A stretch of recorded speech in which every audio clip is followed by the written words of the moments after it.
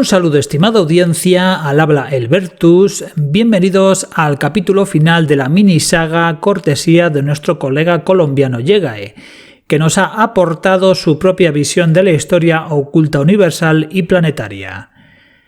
El traslado final de Terra Gaia a nuestro sistema solar, el conflicto entre la entente satánica de Orión y los hijos de Anu, los elfos, Nefilims y los vigilantes y Gigis, Enkitas contra Enlitas, la nave de los tallos y la distorsión de Orión, en fin, una auténtica avalancha de información y típico vídeo para escucharlo varias veces para lograr asimilarlo todo. Como siempre, no se pretende aquí ostentar el monopolio de la verdad, que cada cual investigue por sí mismo, y hoy todo el mérito de nuevo para nuestro colega Yegae. Comenzamos. Cuando se encomendó a la estación Nibiru escoltar y reubicar a Terra Gaia en este sistema solar por iniciativa del Trono Azul Micaelios y en secreto a una parte de los seres angélicos que acompañaban a Nibiru, se les asignó vigilar lo que allí pudiera suceder.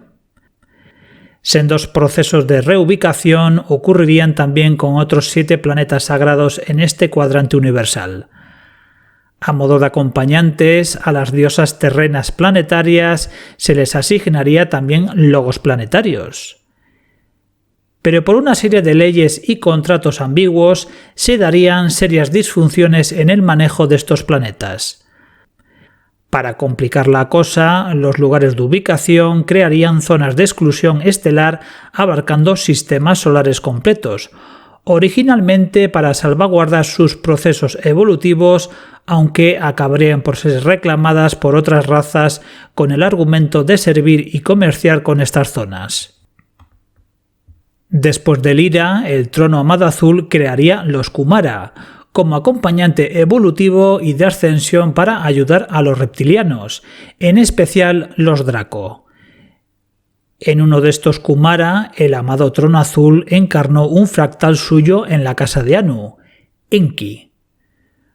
Cuando se remató la ubicación de la Tierra, el Consejo Galáctico decidió como medida neutral la supervisión de estos mundos sagrados a seres no empáticos, grave error como sabrás, Bertus. Esto con el supuesto fin de una futura convivencia pacífica que llevaría a una paz duradera en el universo. Esa razón fue por la que al principio los reptilianos aceptaron como plantilla base orgánica de evolución la humana antropoide. Con el tiempo se fue descuidando el control y supervisión de estas razas no empáticas, y más cuando altos representantes de estos asumirían cargos claves en el Consejo Galáctico. Las luchas por el poder, permisos de colonización, siembra de especies y manipulación genética aumentarían, rompiendo el equilibrio y la pureza original planetaria. En un intento por mantener el orden, el Consejo aceptaría la petición de la Casa Real de Anu de establecer la base permanente de Nibiru en la frontera del Sistema Solar, orbitando una estrella marrón cercana. Esta hábil jugada de Anu le sirvió como pretexto para instaurar gradualmente colonias en el Sistema Solar, y sobre todo en la Tierra. Para él, una hipotética anexión supondría la joya de la corona, un planeta sagrado con toda su amplia zona de exclusión. Enlil, hábil genio militar, contaba con la ayuda de la inteligencia y diplomacia de su hermano menor, Enki, y juntos lograron desplazar lentamente bases de otras razas a la parte externa del sistema solar, bajo el pretexto de sanear la zona de exclusión de Terra Gaia. El problema fue Tiamat y la base orbital Luna, en Júpiter. Ambas eran pretéritas bases de avanzadilla a la ubicación de la Tierra, pertenecientes al Imperio de Orión, una parte de la realeza de las Pléyades y otra, una avanzada de los Draco. Ambas facciones en litigio vieron que con la reubicación de la Tierra surgía una auténtica oportunidad de oro, y las viejas disputas darían paso a una alianza oculta, aunque disimulada con querellas y escaramuzas. Este tratado, bajo cuerda, al comienzo sería desconocido para Anu, que creyó poder aprovecharse de la situación a favor, llevándole a entrometerse cada vez más en los asuntos de la Tierra y Marte.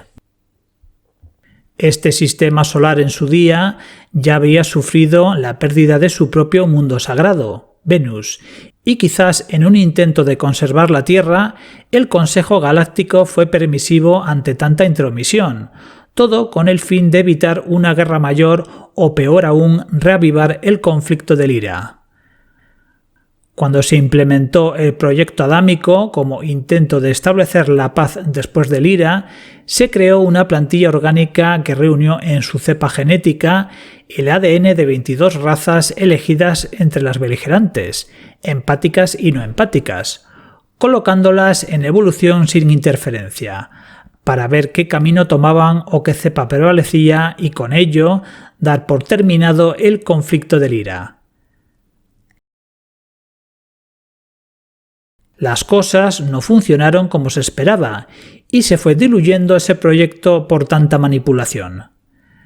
La esperanza renació con la reubicación de la Tierra, al identificarse en ella a una de las plantillas originales energéticas origen de la raza venusina.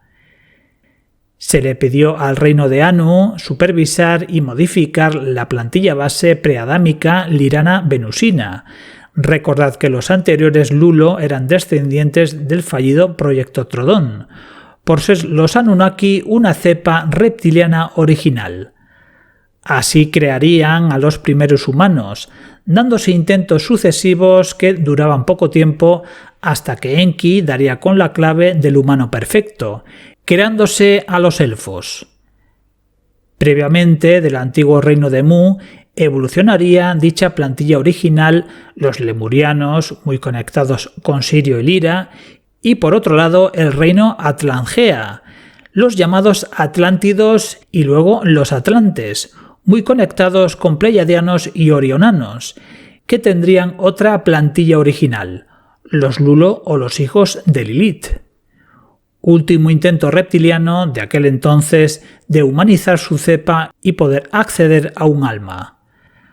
Los élfidos en la Tierra ayudarían a la dualización de las razas en femenino y masculino, cosa que ocurriría en la fase final lemuriana y en la inicial Atlante, evolucionando también y despertando tan rápido sus dones inherentes a sus plantillas de origen estelar que superaron a sus propios creadores manipuladores. Aquí comienzan los celos de los Igigi y la envidia de Enlil.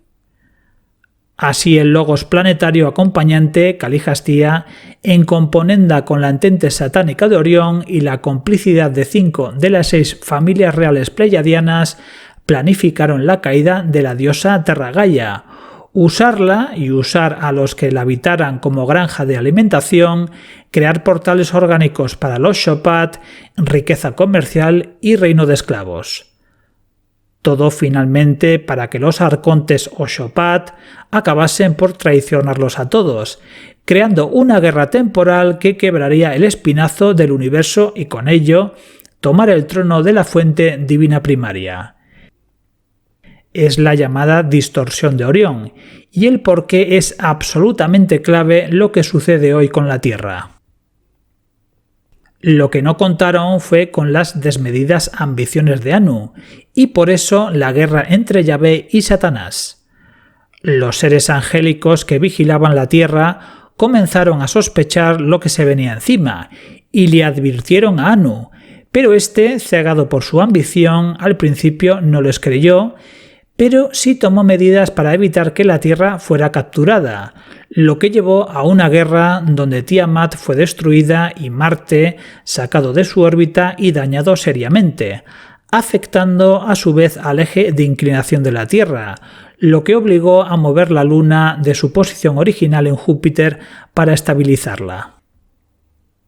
Esta tardanza de Anu en asimilar la delicada situación de su ansiado sistema solar le llevaría finalmente a negociar.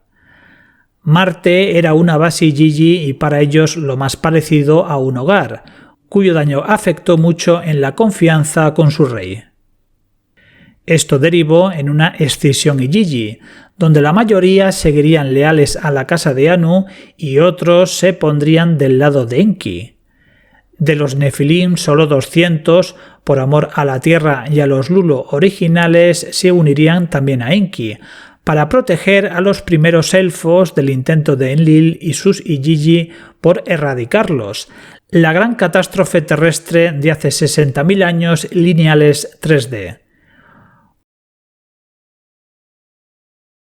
Otros Nefilim, aliados de la casa de Anu, solo por el mero hecho de serlo, apoyarían a Enlil en esos ataques a bases orianas satánicas en la 3 y 4D, pero después se harían a un lado, dando cumplimiento a la sagrada prohibición de no luchar contra hermanos angélicos. Sin embargo, tiempo después, cuando Enlil se corrompió del todo, estos guerrearon contra los 200 Nefilim aliados de Enki, fieles a vigilar y cuidar la tierra. Fue algo muy duro porque sería la primera vez que seres angélicos se quitaban la vida entre ellos, lo que trajo una enorme conmoción en el cielo. Los 200 fueron derrotados de uno en uno, perseguidos y despojados de sus alas.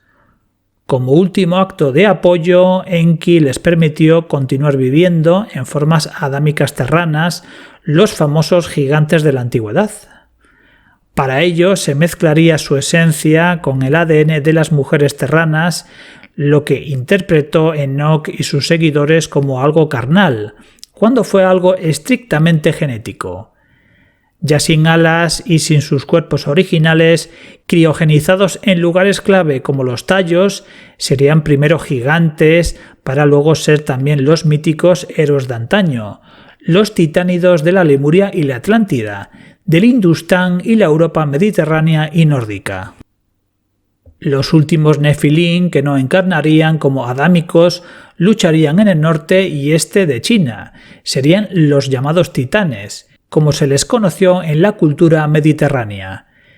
Llegarían a su final en el Cáucaso y en el diluvio de hace 12.000 años, y algunos descendientes de ellos acabarían sus días en Oriente Medio o en la Patagonia. Los Nefilim crueles y comedores de hombres a los que se refiere el relato de Enoch eran en el fondo seguidores de Enlil. Remitiéndome otra vez a lo que comentamos en su día sobre los tallos, puedo intuir que la nave oculta allí es muy antigua, de las guerras de Lira, caída en la Tierra cuando aún estaba en su ubicación anterior, pero venía del futuro a prestar apoyo y evitar el éxito de la distorsión de Orión. Luchó en el pasado y terminó allí, olvidada por millardos de años. Los lemures la descubrirían mucho después, construyendo una colonia y unos templos en su superficie para luego ser abandonados poco antes del mítico 12.500, cuando en 3 naves, supervivientes lemures y algunos atlántidos ingresaron por última vez por un portal de la nave conectando con seres intraterrenos que habían hecho hogar en esa dimensión. Esa nave, ahora hogar, sigue la directiva primaria de su desconocido comandante, esto es, la de conservar la vida de sus ocupantes. Quizás descendientes de la tripulación original, refugiados de las guerras de antaño y en solidaridad con los lemures y atlántidos, terminarían acogiéndolos y acabaron mezclándose. Los Igigi leales a Enki se quedaron allí guardando el lugar junto a algunos Nefilim encarnados en gigantes de plantilla adámica. Esperan pacientemente el regreso de Enki, quien al final sería descubierto y desenmascarado por el fanático y degradado Enlil, ahora llamado Yahvé, y tendría que huir con algunos de sus más leales, quienes robarían buena parte de las míticas tablillas Med. Estas eran la única copia existente del programa del Super Serafín Galáctico, ocultadas después en diferentes lugares, búsqueda que ha generado mucho dolor. Enlil Yahvé lucha contra otras entidades demoníacas de la facción satánica de Orión, con sus propios demonios Nefilim, para el control de la Tierra y bases de la 4D. Anu, por cierto, está criogenizado e invernando en Nibiru, el cual está gobernado por un consejo que actúa de senescal del trono vacío de la casa de Anu. Aquí termina por el momento esta mini saga de nuestro colega Yegae, agradecerle la gentileza para con toda la audiencia de este canal y sin otro particular se despide su siempre humilde servidor, Elbertus.